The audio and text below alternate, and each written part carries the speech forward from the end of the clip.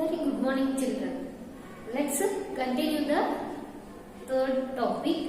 That one, coming of the British and the revolt of 1857. So see here, Battle of Plassey.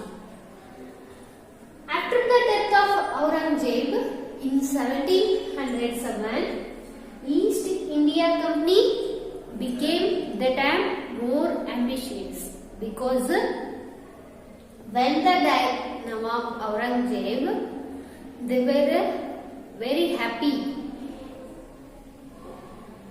They think we can get easily that place. The East India Company think like that. So British had their own army. They had owned their army for trading protection, because some of the Nawabs or some other countries' traders attack on their trader centers. So before they think, and they had their own armies in their trading centers. So they wanted to bring Bengal under their control. When the Nawab died, they wanted to think, oh, we get the Bengal places under our control, that one. So they started building forts and settlements in the 17th century. They get the permission from British government. That moment Elizabeth I, they ruled, and also they were got the permission of Indian kings like Nawabs or other small kings. They were got the permission, and they were open, or they started the buildings, forts and settlements in the 17th century, beginning of the 17th century. When they maintained the army in Bengal, when they started to maintain the army in Bengal, so that time, after the death of Aurangzeb, there were ruled Siraj-ud-Dowla in Bengal places. He ordered to British, remove your armies from these places, from Bengal states. He told to British East India Company, but the British East India Company, they rejected, and they not pay to any taxes. And the commercial taxes, they not given to the Nawab, rejected his orders. They not remove that places and not pay any taxes. So the Nawab that time, he marched, he battled with the British East India Company in 1756.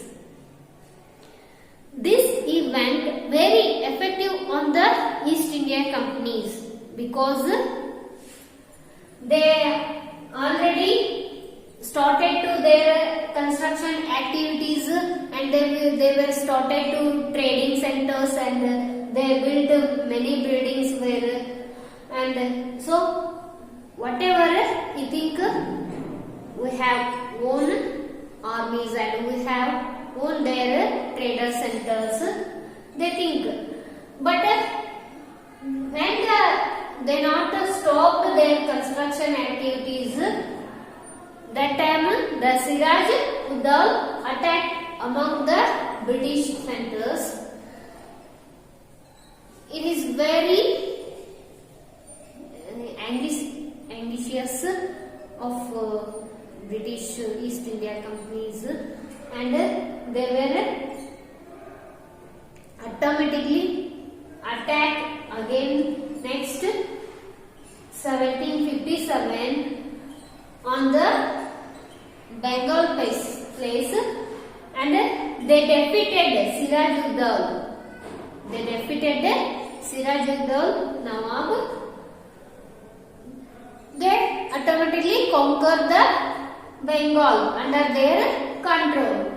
However, they were determined to take the control over the whole of India. Step by step, the British started their control over the whole of India because their main ambition was that one, over all of the India under our country. They think like that, East India companies or British government. So the British have to, the British rule or British East India Company use their own technique. That is, they have to one ruler against the others. They suddenly gain the powerful and wealth because their Indian ruler, they help to one king and attack the other kings. This trick very technically used, and they gain the power and the wealth slowly, step by step. They powerful and they got the more wealth of India. So this policy of British known as divide and rule policy. This policy we call that divide and rule because the Indian country's kings, they were not unity in our country's kings. So this is the very useful point to the British. Automatically they ruled. They supported one ruler and against they battle against another king. It is successful to the British that time. Then this is the Battle of Plassey. The British victories the Bengal places. They defeated Siraj-ud-Dawla Nawab. Then they take under their take Bengal places. They started their right to for trading that places. So then Battle of Buxara, another is the same battle of policy like that. Then other places we call that Battle of Buxara. It was held in 1764. It was held in 1764. Some years after of Battle of Plassey. So Mughal Empire. That time the Mughal Empire Shah Al Second, he ruled the Indian some places, but the two Nawabs and Shah Al Second, they battled with the British East India Company because they rejected their rules and regulations. They rejected. They wanted to rejected their policies and their anxious or their ambitious, all things they knew and rejected their rules. But when they attacked Shah Al Second and two Nawabs, they attacked among the British East India Company. That time again the British East India Company victorious. Again in 1764 the Battle of Buxara, again victorious the British East India Company. It was under the British rule. Again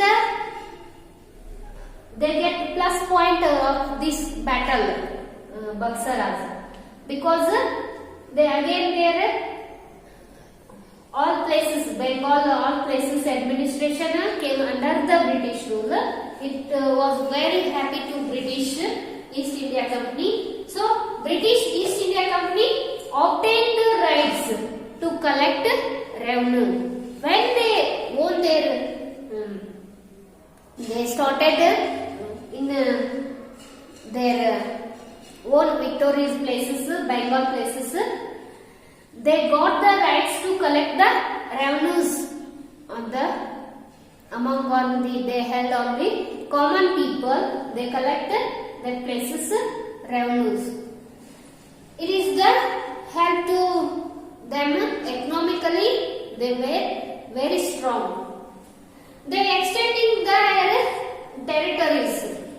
When they collected the revenues in Bengal places, they next extend their territories.